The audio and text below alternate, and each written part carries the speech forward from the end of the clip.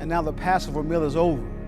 Christ now takes his disciples to the garden. Then he falls on his face and begins to say these words: Father, let this cup pass from me.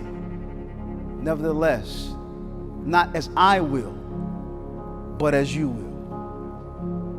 3 times Christ asked for prayer. 3 times he cried out in desperation to God.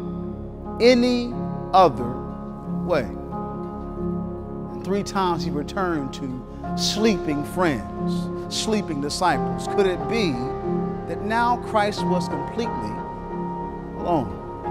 Not only was he abandoned by friends, but he started to even feel yet a greater pain. Here in this garden, he began to feel the abandonment of the Father. Something my God had never ever felt before from eternity past. Yet, Father, your will be done, he says. His will. Jesus, our God, is now taken into the hands of angry sinners, led by his own disciple, Judas. And this Judas will come with a great crowd, all bearing swords and clubs. The death sentence now would roll off his tongue. Greetings, Rabbi. The audacity, the insolence, the sin-filled wretchedness.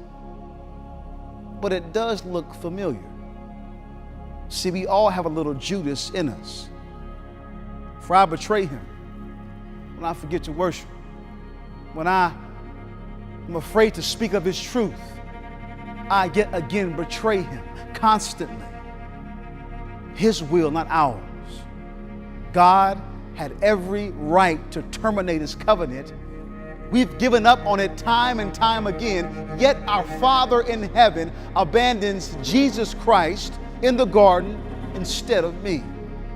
When Jesus asked, Lord, any other way, his Father says no, because God is faithful to his covenant.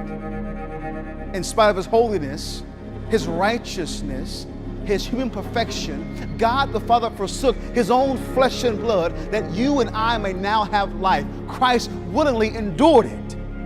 Even though the agony of being separated from his Father would be the greatest suffering imaginable, he offered up his life. Jesus was taken instead of me.